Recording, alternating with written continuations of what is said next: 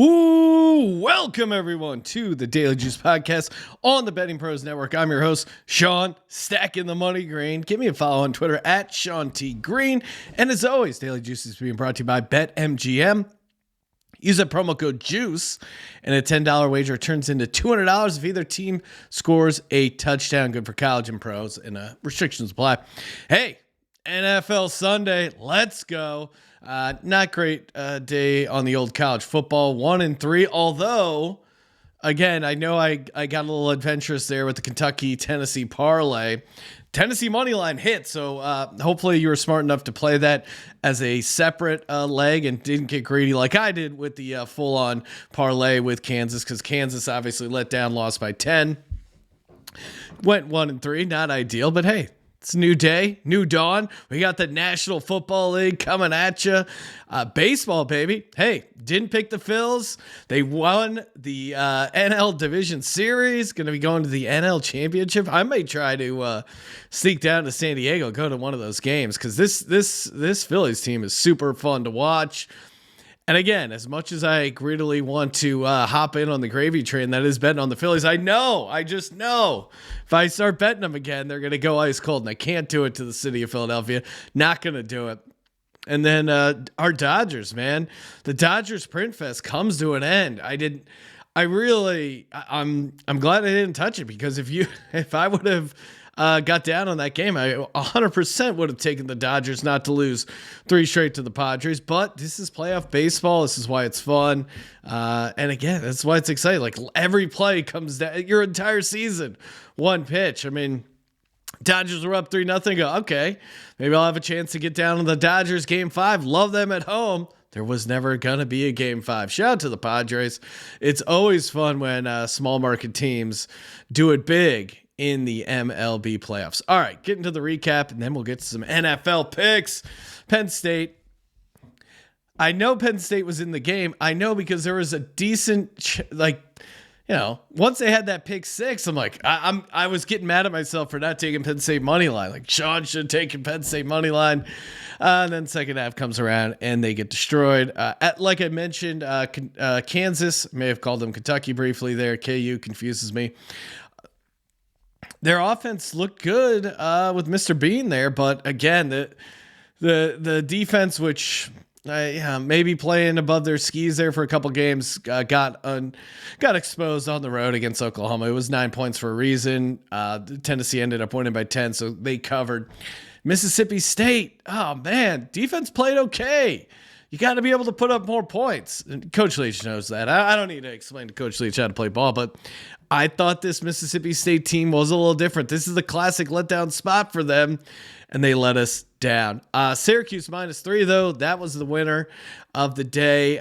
Schrader had some moments where he looked really good, and then some moments where, normally turnovers aren't an issue for Schrader. That's why he's a safe bet, but he threw a couple of real bad picks. Fortunately, NC State on the road, kind of a fraud, like I said, so that felt pretty good. Getting that W, needed it. But hey, we got the NFL. Speaking of NFL, you know how awesome a Brandon Ayuk jersey would be? Pretty awesome. You know what would make it more awesome? If it was free, or if it was autographed by Brandon Ayuk. Both are true. And all you got to do is go to youtube.com/bettingpros, click subscribe, comment on this video, and you're automatically entered to win an autographed jersey courtesy of Pristine Auction and Brandon Ayuk and us, of course, Daily Juice. All right, 4 NFL picks, 3 straight ups and 1 on the money line. Let's get to it. Bengals -2.5 at the Saints, 2 units. Jarvis Landry, Michael Thomas, and Marshawn Lattimore are out. I know they've been getting it done a little bit with offense, with just Landry and Thomas being out. To me, the Lattimore injury is pretty huge, especially when you're going up against Joe Burrow and Jamar Chase. I think it's their first game back in Louisiana since they played there in the, the Caesar Superdome, where Joe Burrow threw for 5 touchdowns, won the Natty. I feel like he's going to come in there pretty confident. Bounce back spot for the Bengals coming off that loss against the Ravens. It's a back-to-back road game. It's a non-conference road favorite, which usually I stay away from. But, man, Saints are just I still don't think they're good. I know I picked against them last week. I know they're going to probably do some annoying stuff with Taysom Hill, but I think this is a really good spot for the Bengals. I think the Bengals defense is better than Seattle, can slow down the Saints a little bit. And not having Lattimore, I think, is going to be big for them. You know, the Bengals offensive line obviously has been struggling, but the Saints don't have that dominant pass rush that they've had in previous seasons. I think they're going to be able to get by here, Bengals. And I mean, Saints got carved up by Geno Smith. Now, maybe Geno Smith, we have to recalibrate what we think about Geno Smith because he's been playing good. But I do think this is a get-right spot for Joe Burrow and the Bengals offense. So give me the Bengals laying 2.5. Speaking of 2.5, give me the Pats, the New England Patriots, catching 2.5.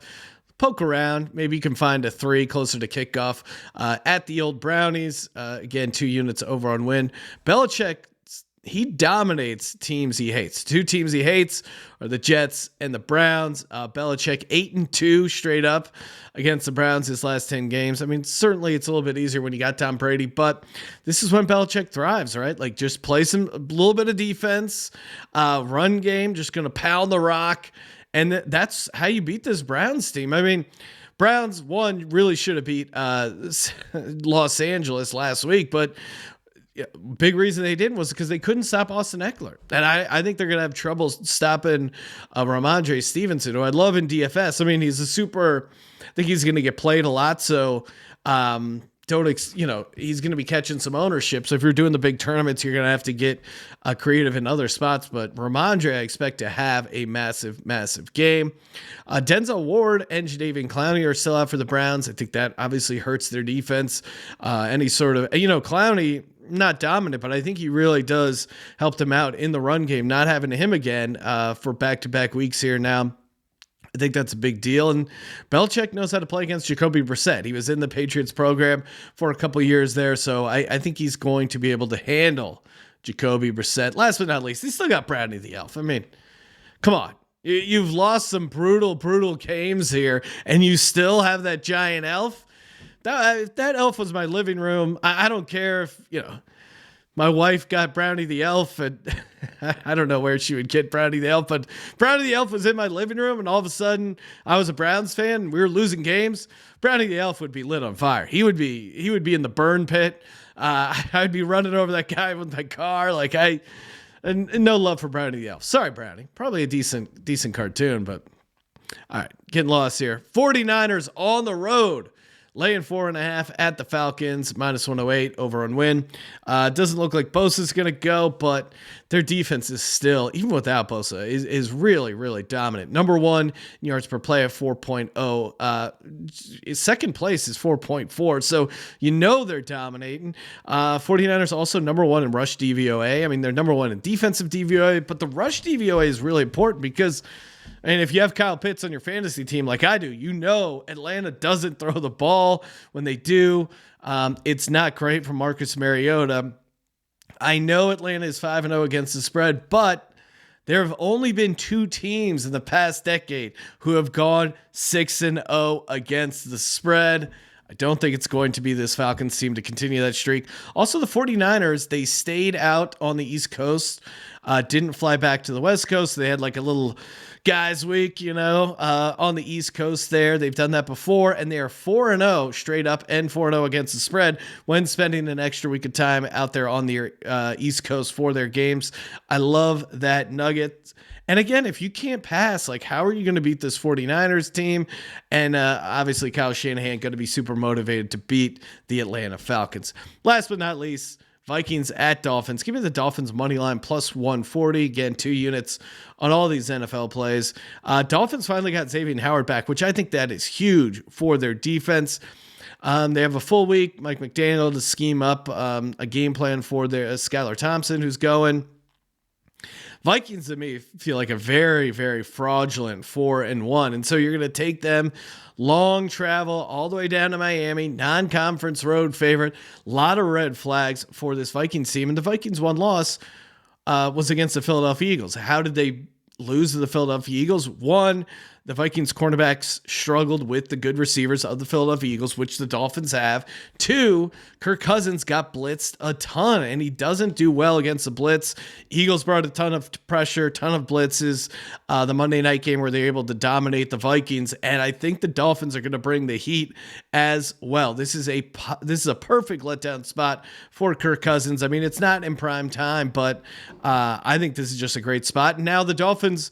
Now they've announced that Tua's coming back next week. So I think the actual motivation of like, hey, we just need to get this one game.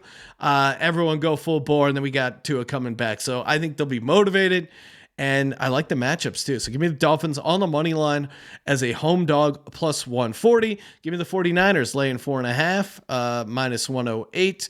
Give me the Patriots plus 2.5 at the Browns. Give me the Bengals laying 2.5 as well. All right, guys, that'll do it for the show. Follow us on TikTok at Betting Pros.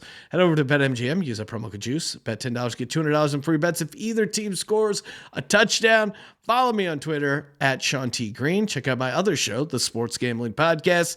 You know what to do. Subscribe, rate, and review. And as always, don't forget to let it ride.